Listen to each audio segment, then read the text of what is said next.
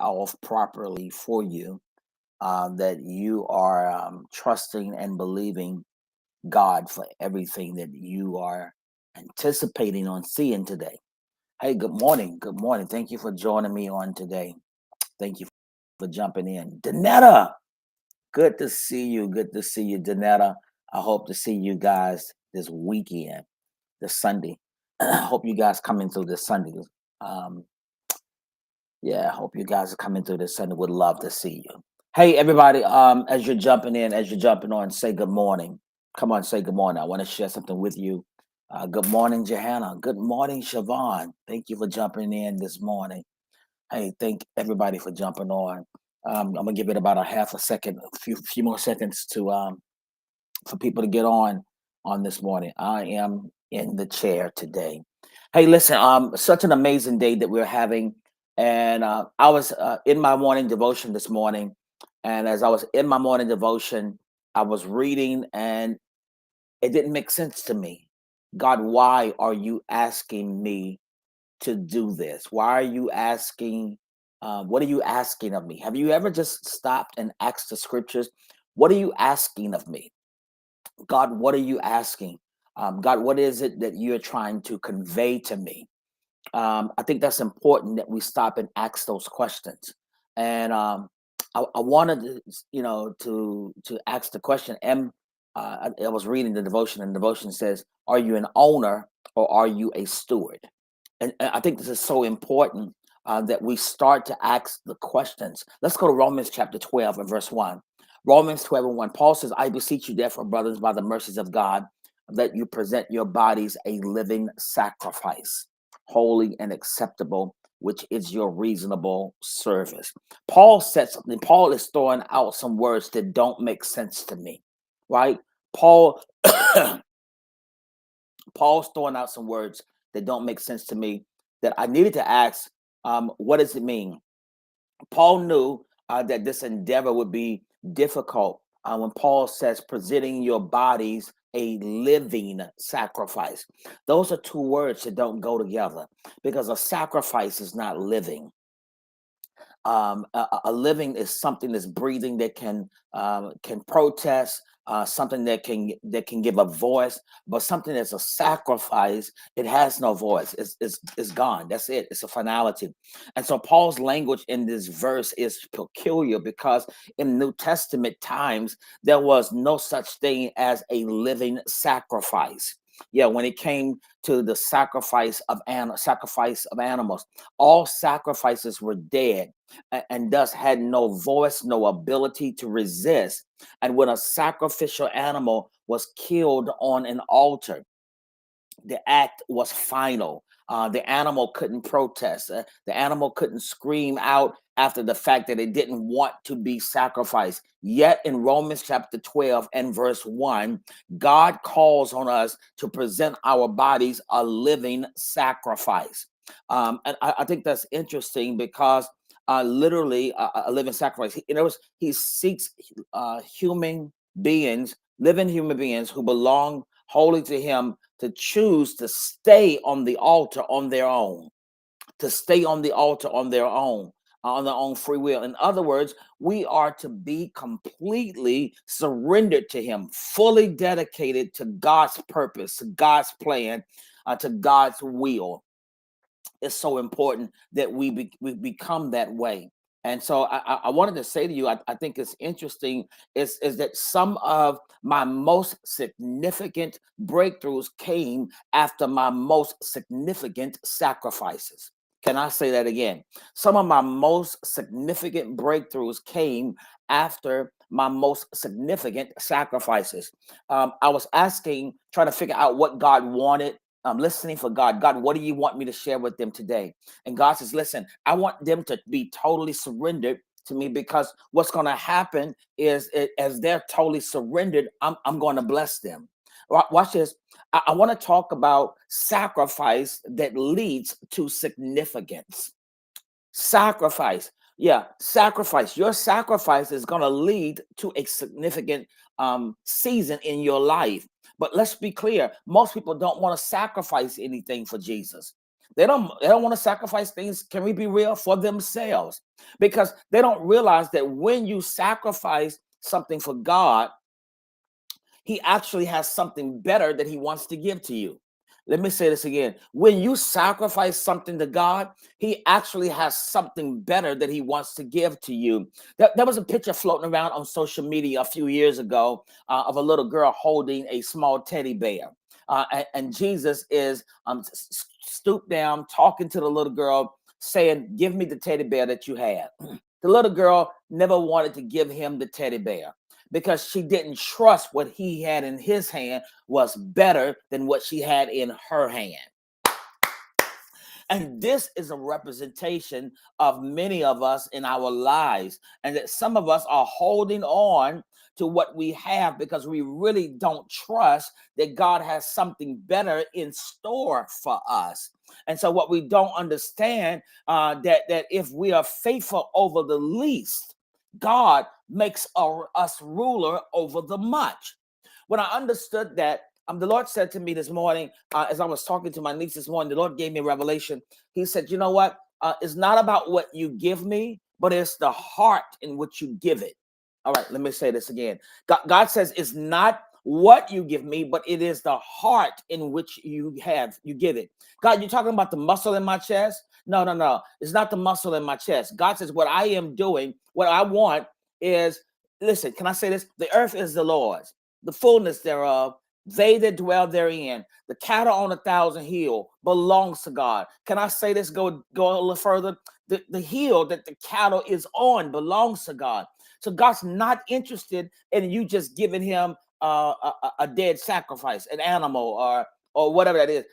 God, let me just throw some money your way, and we good with that. God, let me just do this, and we good with that. No, God says, listen. He says it's not about the money. It's not about the sacrifice, right? He said, because that's mine anyway. I wanted you to do it with the right heart. I wanted you to do it with the right heart. And I think that's what happens is so many times we just feel like, God, if we're just, slide something to it, God, let me just go to church on Sunday morning. I've done my religious duty for the week. I ain't got to pray. I ain't got to read my word. I don't have to sacrifice. I don't have to do any of that. I've done my religious duty. God says, no, you're wrong. And you say, God, I don't understand. Why am I not being blessed? He says, because you didn't do it with the right heart posture. All right, come be a Cain and Abel.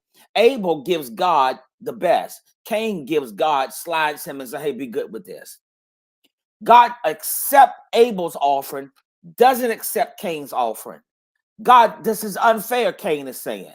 God, I don't understand. Why is this? Why are you accepting his but not mine?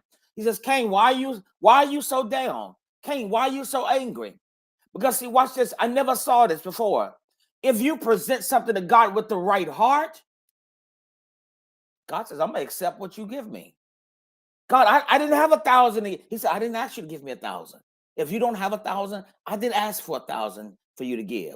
God says, I want it from your heart. You're getting receipt. What's a sacrifice to you may be a drop in the bucket to somebody else. God is looking at your heart posture, right? Not so much as the actual amount you gave.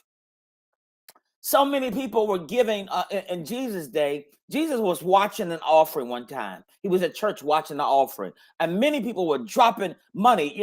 Back then they didn't have dollar bills like we got, right?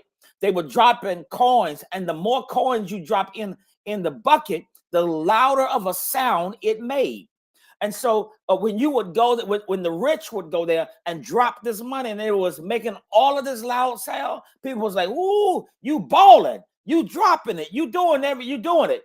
And then when somebody who didn't have much went in and went clunk, that was it. It was like, "Oh, you ain't do much. All right, come on, move on. We want to hear the rest." And so people were making a sport out of it because they were trying for attention. They were vying for attention, and it was not about the actual sacrifice that they were made, because they want to sacrifice to them, because their heart wasn't really into the sacrifice. Their heart was into pleasing or impressing people.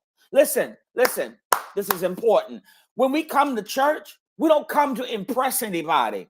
I know we said dress to impress. Yeah, you ought to put your best foot forward. I ain't ever going to teach you against that. I think image is important, right? I do believe image is important. But what I want to teach you is that I don't come in the presence of the Lord trying to impress people. I come so that I can worship him, right? I can worship God, and I put my best foot forward in doing that. I think that's important. And so most people don't want to sacrifice. Paul said a living sacrifice. And so if God ever asks you to give something, it's because he's got something better he wants to give to you. Let me say this again. If God ever asks you to give something, he's got something better in store that he's desiring to give to you, but he's got to see what your sacrifice level is like. The Bible says that there was this woman, as I just told you, about all these people who's giving all this money, because back then they didn't have dollar bills, right? So they weren't making it rain with bills. They were making it rain with coins, and they made all this sound. Well, the Bible says Jesus was watching, but he won't impress. He was only impressed with the widow woman who walked up, who gave what little she had. It didn't make a lot of sound to everybody, but it made a thunderous sound to God.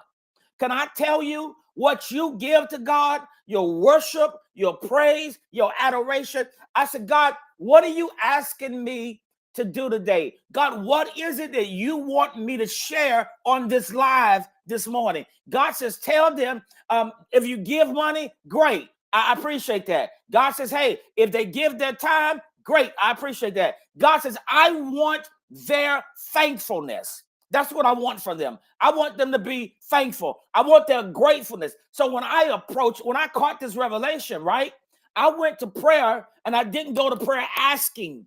I went to prayer thanking. Thank you for a new day. Thank you for life, health, and strength. Thank you that you're going to protect my family today as they go out of the house, that they'll arrive safely. Thank you that they'll return home safely. Thank you, God, for favor with what I've got to do today. Thank you for the favor and the grace you've given me. You've placed on my life, on my body. You've given me your super to put on my natural. Thank you. All right. Are there any? Can I stop right here and ask if there are any thankful people on this live? All right.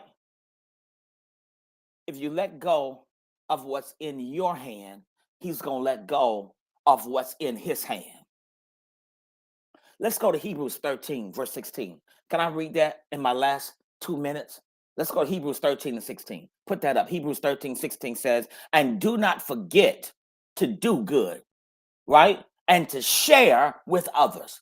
In other words, one translation says, don't forget to share what you have with others. Wow. Don't forget to share what you have with others. Here's what it says. For with such sacrifices, God is pleased. Is there anybody on the live that want to please God? God, I'm going to make a sacrifice. You don't know, sometimes it's a sacrifice just to say hello to some people who are nasty. It's a sacrifice just to be kind to some people who you know you really ought to give them that work, give them the business. It's a sacrifice. But guess what? It ain't about me. I'm doing what's going to please him. Because if I do what pleases me, I might cuss. Y'all not talking. If I do what pleases me, I may not speak to you. If I do what pleases me, it ain't about me. It ain't about you. It's about what Hebrews said. Hebrews 13, 16. Nicole, it is so good to see you. Nicole, we missed you. Hebrews 13 and 16. Hebrews 13, 16. Do not forget to do good and share with others. For with such sacrifices, God is pleased. That's my desire. Listen, don't do things to be seen. Don't do things because you're trying to get an audience. You know what? Pay it forward. I'm going to just buy my coworkers lunch, and then I'm going to share it all on social media. I bought their lunch. No. Then Jesus says, you got your reward. Everybody going to be like, ooh, big ups. You did your thing. No. I need to do what's going to please God. All right. And many people, can I say this? Many people say they want to lose weight, but they're not willing to sacrifice certain foods to get it done. Ouch. That hurt. That hurt. Come on here. Many say they want to be debt free, but they're not willing to live underneath their means, right? To have delayed gratification. Not willing to say no to something today so they can say yes to something better tomorrow. God, that's good. This is good teaching today. So many say, I want a better relationship with God, but not willing to change their schedule. I don't have no time. I'm working overtime. God is saying, when can I get some time? God, I got to go to work. But God said, yeah, but could I have gotten that little 10 minutes you were scrolling on your phone? You mind if I have gotten that time? Yeah. People not really willing to commit to reading their word daily, not willing to commit to God to praying daily. You're not willing to sacrifice.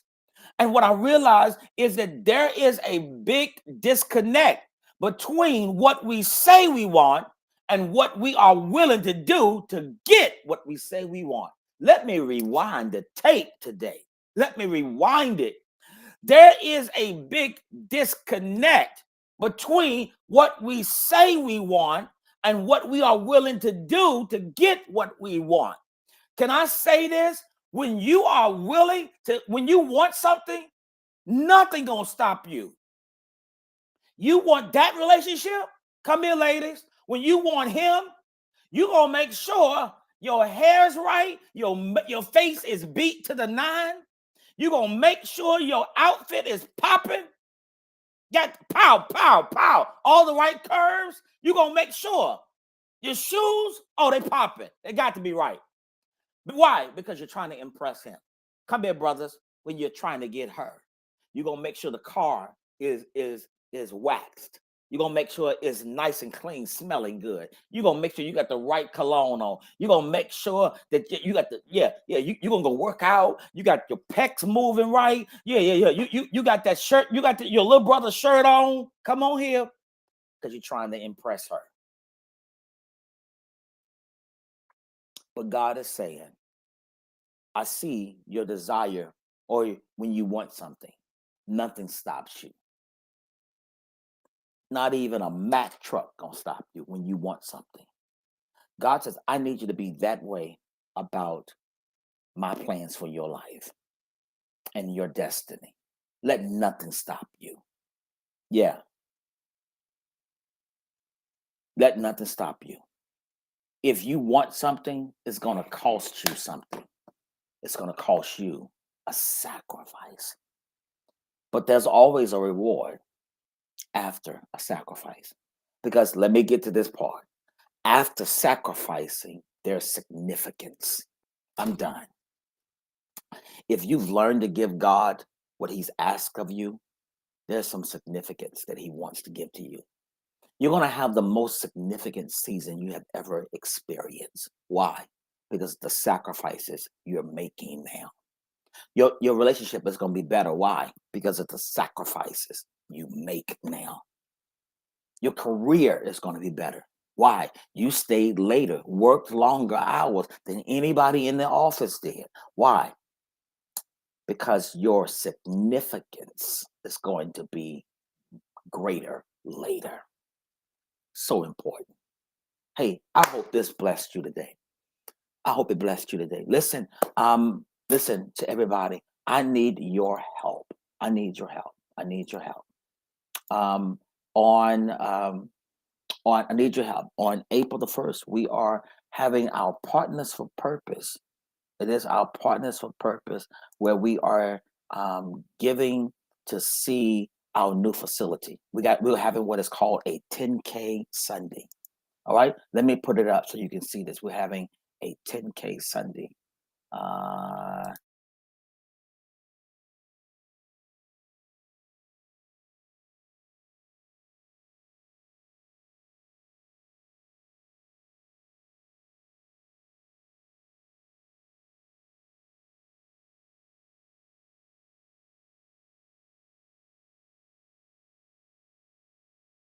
Do this today by going to Connect Church I'm sorry, by going to Cash App, $ connect to you, CONNECT, the number two, and the letter U, connect to you.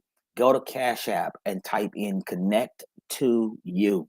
I need you to do that. But today, if you would, and that's going to happen on that's going to happen on April the 7th. But if you like to sow a seed today, right there, you can release a seed today. Listen, I'm asking that you release a seed today. Listen, a sacrifice. Would you do that? Would you make a sacrifice today? I don't care what the sacrifice is. Make a sacrifice. What you sow today is going to birth a harvest for you later. And it's going to come at the right time, in the right season. Yeah, with the right people. I trust that God's going to do amazing things in your life. Hey, I'm so excited. I sowed, right? I've sown. And now I'm watching the harvest sprout up. I just married my first couple here in North Carolina. I've married people before, but I married my first couple here in North Carolina. Yeah. I'm marrying another couple from my church. One was from my church yesterday. Another one is from my church today. I'm marrying another couple. That's two couples in 1 week. God is blessing because of the seeds I've sown in previous seasons. I can't wait, y'all. I can't wait. Yeah, I gotta go get my locks retwisted. I gotta get it right. Yeah. God is doing some amazing things. I can't share everything God's doing, but just know He's up to something good in your life too. If you believe that, can I get you to sow a $10 seed just to sow? Listen, I'm gonna sow a $10 seed right there because He's up to something good in my life. And just type in the memo, up to something good. God is up to something good. Sow that seed today. I believe that a harvest is coming your direction. Listen, if you are in a 50-mile radius of Connect Church Raleigh, please, please, please come to Connect Church Raleigh. It's going to bless you this week. The last several weeks, we've been in a relation slips series, and I thought I was out, but I got one more. I'm going to talk about agape this coming Sunday. You do not want to miss. God, you don't want to miss this one. Last Sunday was an amazing service. Many people inboxed me and said, hey, that word blessed my life. All right. I'll see you on this coming Sunday morning. I hope to see you at Connect Church Raleigh. I hope you're in the building. I believe it's going to be a tremendous blessing to you. Have an amazing weekend. Have a safe weekend. And I'll see you. If I don't see you on Sunday morning, I'll see you back on Monday morning. Bye-bye.